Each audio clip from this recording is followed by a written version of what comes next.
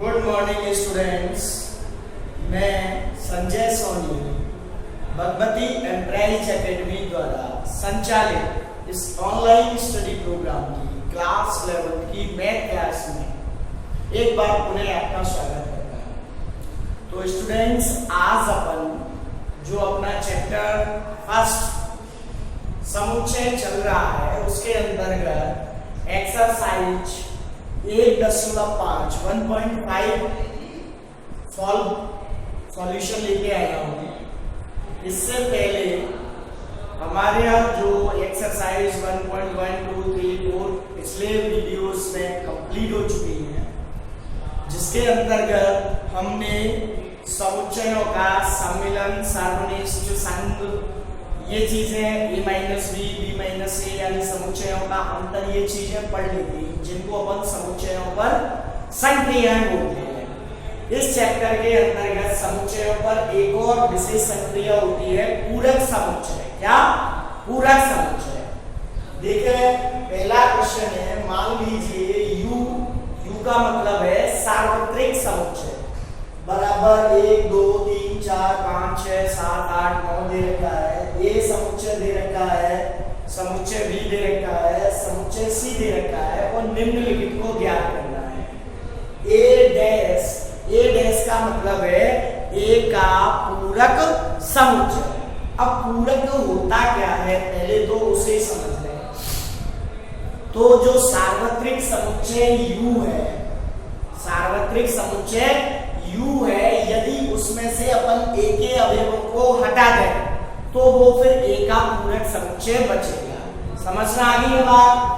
तो पहला करें अपन ए डैश, ये होता है सार्वत्रिक समुच्चय u में से ए के अवयव हटा दें तो उसको अपन ए का पूरक समुच्चय ए डैश बोलते हैं। अब u ये रहा, इसमें से ऐसे अवयव लिखने हैं जो ए में उपस्थित नहीं है। तो देखो, एक ए में है, नहीं लिखेंगे, 2 ए में है, नहीं लिखेंगे, ऐसे ही 3, 4 भी है, तो यहाँ से 5, 6, 7, 8, 9 इनमें से एक भी अवयव ए में नहीं है, तो अपन इनको लिख देंगे 5, 6, 7, 8, 9। ये अपना ए डैश हो गया। अभी इसका अपन वेन आरेख बनाए, तो देखो वेन आरेख कैसे बनाया जाता है। सार्वत्रिक समुच्चय को अपन आयत के द्वारा व्यक्त करते हैं। ये हो गया सार्वत्रिक समुच्चय, ठीक है ना? पहले वीडियो में भी बता चुका हूँ। बाकी के जितने भी समुच्चय हैं उनको अपन काय के द्वारा व्यक्त करते हैं? वृत्तों के द्वारा। ये मेरा ए हो गया। अब जैसा कि आप देख रहे हैं, ए डैश जो है वो u माइनस ए है। वेन आरेख में अपन जो भी संक्रिया है उसको क्षेत्रफल के द्वारा व्यक्त करते हैं। तो u का मतलब आयत हो गया और a का मतलब वृत्त हो गया। तो आयत में से वृत्त का क्षेत्रफल हटाना है, तो लेना कौन सा है? आयत का ऐसा क्षेत्रफल जो वृत्त के अंतर्गत नहीं है। समझ में आ रही है ना बात? तो अपन इसमें से वृत्त को छोड़ करके बाकी का जो क्षेत्रफल है उसको यदि सम्मिलित करते हैं तो बाकी का जो क्षेत्रफल बचेगा उसको अपन ए डैश से व्यक्त करते हैं। कैसे व्यक्त करते हैं बेटा? ए डैश से। तो ये मेरा ए डैश बोला जाएगा। अब यहाँ पे जो छायांकित भाग है वो ए डैश के द्वारा व्यक्त है, ए के पूरक समुच्चय के द्वारा। ऐसे ही सेकंड देखें, ए यूनियन सी का डैश। तो सबसे पहले ए यूनियन सी ज्ञात करेंगे। अपन क्या ज्ञात करेंगे? A union C. तो पिछले वीडियो में बताया था यूनियन का मतलब होता है संघ, यानी ऐसे अवयव लिखने हैं जो या तो समुच्चय ए में है या समुच्चय सी में है। या तो समुच्चय ए में है या समुच्चय सी में है। तो देखो, या तो समुच्चय ए में है या समुच्चय सी में है। तो 1, 2, 3, 4, 5 और 6। अब मुझे इसका पूरक समुच्चय ज्ञात करना है तो इसको U में से हटाना पड़ेगा। तो A यूनियन C का डैश बराबर हो जाएगा U minus A union C। अब ये मेरा A यूनियन C आ गया, इसको अपन काय में से घटा दें, U में से घटा दें। तो देखो 1 2 3 4 5 6 ये सभी हट गए, केवल क्या बचेगा 7 8 और 9।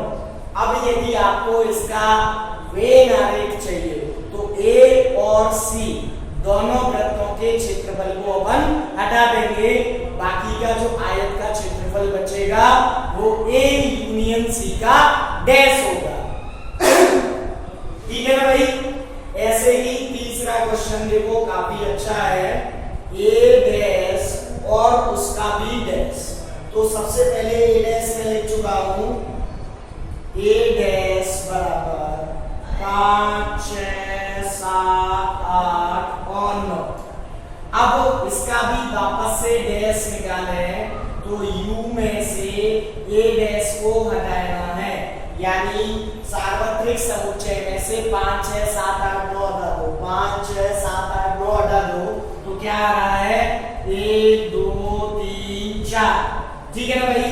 और 1 2 3 4 को देखते हैं तो वो A आता है, तो इससे एक इंपॉर्टेंट रिजल्ट निकल के आ रहा है कि A डैश का डैश बराबर होता है A, यानी किसी पूरक समुच्चय का अपन वापस से पूरक निकालें तो वो स्वयं समुच्चय प्राप्त होता है। समझ में आ गई ना बात? कोई डाउट? हाँ के ना? चलो आगे देखते हैं अपन question number 4, B intersection C का डैश, यानी B पहले B इंटरसेक्शन C निकालें, B इंटरसेक्शन C।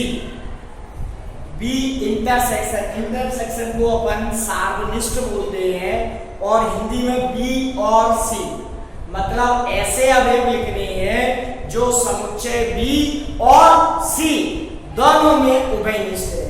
तो B ये रहा, C ये रहा, 3 उभयनिष्ठ नहीं है, 4 उभयनिष्ठ है और 6 उभयनिष्ठ है। तो एक तो 4 आ जाएगा और एक 6 आ जाएगा। क्या? B इंटरसेक्शन C आया। अब मैं निकालूंगा B इंटरसेक्शन C का डैश। तो क्या लिखूंगा? सार्वत्रिक समुच्चय में से B इंटरसेक्शन C हटा दूंगा। तो सार्वत्रिक समुच्चय ये रहा, इसमें से 4 और 6 को हटाने पर जो बचेगा वो B इंटरसेक्शन C का डैश होगा। 1 2 3 5 7 8 9, केवल 4 और 6 हटा दिया, बाकी का बच गया। तो ऐसे ही इसका यदि वेन आरेख बनाएंगे तो ऐसा क्षेत्रफल लेना है। देखो मैं बना दूं इसका, ये तो सार्वत्रिक समुच्चय हो गया और ये मेरा B हो गया और ये C हो गया। ठीक है ना भाई? ये तो B हो गया और ये C हो गया। अब इंटरसेक्शन कौन सा क्षेत्रफल है?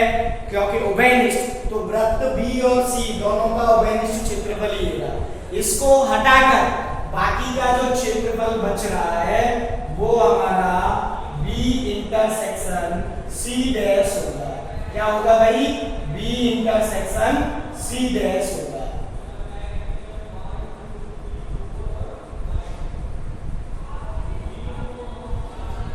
B इंटरसेक्शन C डैश, ये जो क्षेत्रफल है ये B इंटरसेक्शन C है और इसको हटा देंगे तो B इंटरसेक्शन C का डैश हो जाएगा।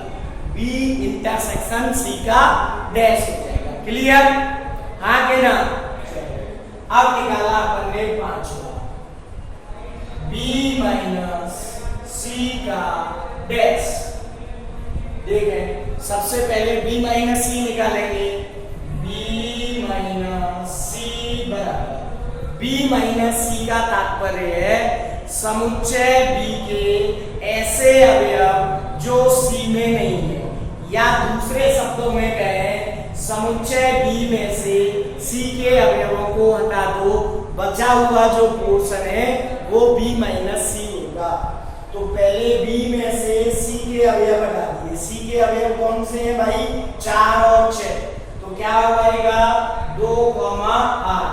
अब अपन निकाले B माइनस C का डैश। तो U में से अपन B माइनस C हटा दें तो क्या बचेगा? 1, 3, 4, 5, 6, 7 और 9। 1, 3, 4, 5, 6, 7, 9। 1, 3, 4, 5, 6, 7, 9। ठीक है ना भाई? कोई दिक्कत?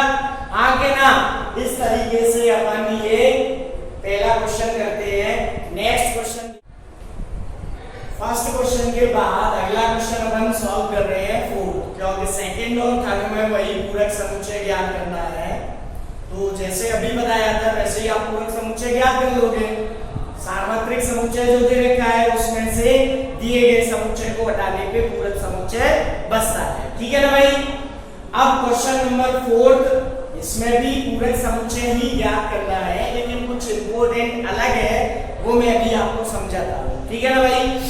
U दे रखा है 1, 2, 3, 4, 5, 6, 7, 8, 9 सार्वत्रिक समुच्चय दे रखा है, और साथ ही साथ 2 समुच्चय A और B दे रखे हैं और ये सिद्ध करना है।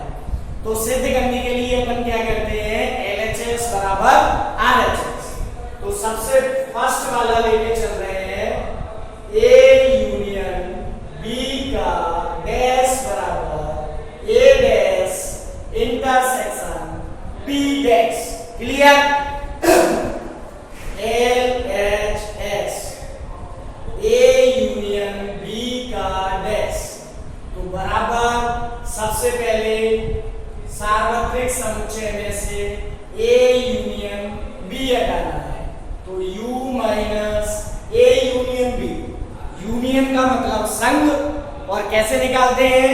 ऐसे अवयव जो या तो समुच्चय A में है या समुच्चय B में है। तो A और B ये या तो A में होना चाहिए या B में होना चाहिए। उनको अपन लिख दें 2, 3, 4, 5, 6, 7 और 8। देखो 2, 4, 6, 8, 2, 4, 6, 8 और 2, 3, 5, 7, 2, 3, 5, 7। ठीक है ना भाई? कोई दिक्कत? अब U में से इसको हटाना है। U में 1, 2, 3, 4, 5, 6, 7, 8, 9 में से अपन ने 2, 3, 4, 5, 6, 7, 8 हटा दिए तो 1 और 9 बचेगा। क्या बचेगा? 1 बचेगा और 9 बचेगा। ये अपना आ गया A यूनियन B का डैश। अब RHS जो है वो है A dash intersection B dash. तो सबसे पहले A डैश निकाले। A डैश होता है अपना U माइनस A। ठीक है ना भाई? इंटरसेक्शन B डैश होता है U माइनस B।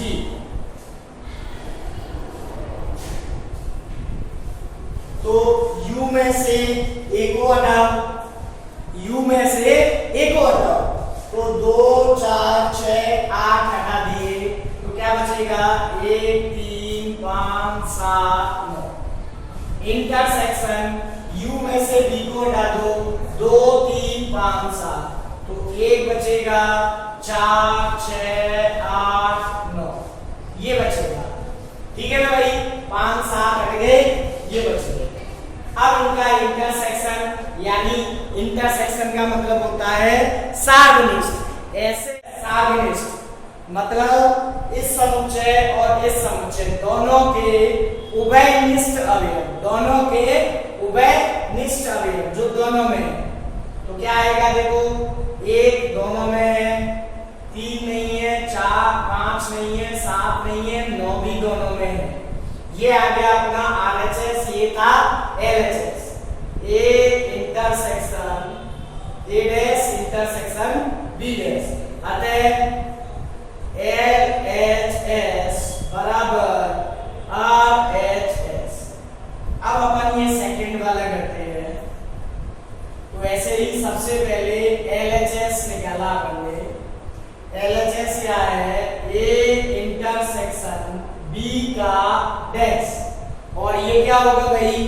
U में से A इंटरसेक्शन B हटा दें, U minus A intersection B, तो U माइनस A इंटरसेक्शन का मतलब वापस सार्वनिष्ठ, मतलब ऐसे अवयव जो समुच्चय A और समुच्चय B दोनों में उपस्थित है। तो यहाँ लिखे हैं A और B दोनों में 2 है, ठीक है ना भाई? 4 6 8 3 5 7 और एक भी अवयव नहीं है, केवल 2 कॉमन है। 4 6 8 उसमें नहीं है, 3 5 7 इसमें नहीं है। अब U में से केवल 2 हटा दें तो 1 3 4 5 6 7 8 और 9, ठीक है ना भाई? 1 2 3 4 5 6 7 8 9 तक था, इसमें से 2 हटा दिया, बाकी के सब लिख दिए। ये अपना आ गया A इंटरसेक्शन B का डैश। अब RHS निकालेंगे अपन। RHS में क्या था? A dash union B dash. अब A डैश को अपन ने लिखा था U माइनस A, लिखा था। यहां से मैं डायरेक्ट लिख दूं A डैश, ये ना मेरा, तो A डैश आ गया 1 3 5 7 9, और यूनियन ये B डैश था U minus B, B dash U minus B होता है, तो 1 4 6 8 9। अब यूनियन का मतलब क्या होता है? ऐसे अवयव जो या तो इस समुच्चय में है या इसमें है, ठीक है ना भाई? तो क्या आएगा? 1 3 4 5 6 7 8 9, ये आ गया अपना A dash union B dash. अतः LHS बराबर RHS। अब ये सवाल तो हो गया सत्यापित। अब मैंने कहा था इसमें कुछ अलग है इम्पोर्टेंट, उसको मैं बताऊंगा। तो अब मैं ये कहना चाह रहा हूँ कि ये कहने को तो केवल सवाल है, लेकिन एक्चुअल में ये किसी सार्वत्रिक समुच्चय और A और B के लिए नहीं सत्य है, ये सभी सार्वत्रिक समुच्चय और बाकी के सभी समुच्चयों के लिए सत्य होता है कि A यूनियन B का जो डैश होता है वो A dash intersection B dash होता है, और A इंटरसेक्शन B का जो डैश होता है वो A dash union B dash होता है, और इन दोनों को अपन डी मॉर्गन लॉ कहते हैं। क्या बोलते हैं बेटा? De Morgan law, De Morgan नियम। इन दोनों को ही डी मॉर्गन नियम कहते हैं कि पूरक निकालते समय ये जो संघ है वो सर्वनिष्ठ में बदल जाता है, और सर्वनिष्ठ जो है वो संघ में बदल जाता है। क्लियर है ना? अब नेक्स्ट वीडियो में अपन नेक्स्ट एक्सरसाइज डिस्कस करेंगे, और इसमें से बेन आरेख रह गए, मैं समय समय पे बेन आरेख भी बताता जाऊंगा, ठीक है ना भाई? जब तक के लिए आप मन लगा के ये वीडियो देख के आज का और अच्छे से अपनी एक्सरसाइज सॉल्व करें। जो भी क्वेश्चन नहीं आता है उसको आप डाउट में लिख के जरूर पूछा करें, एक बार देख ले पूरा, जिससे आप नोट कर सके। जब तक के लिए अब मैं आपसे बोलूंगा कि वीडियो को देखकर चैनल को सब्सक्राइब करें, वीडियो को लाइक और शेयर करें, ठीक है ना भाई? ज्यादा से ज्यादा आप शेयर करें, केवल इतना ही कहूंगा। धन्यवाद।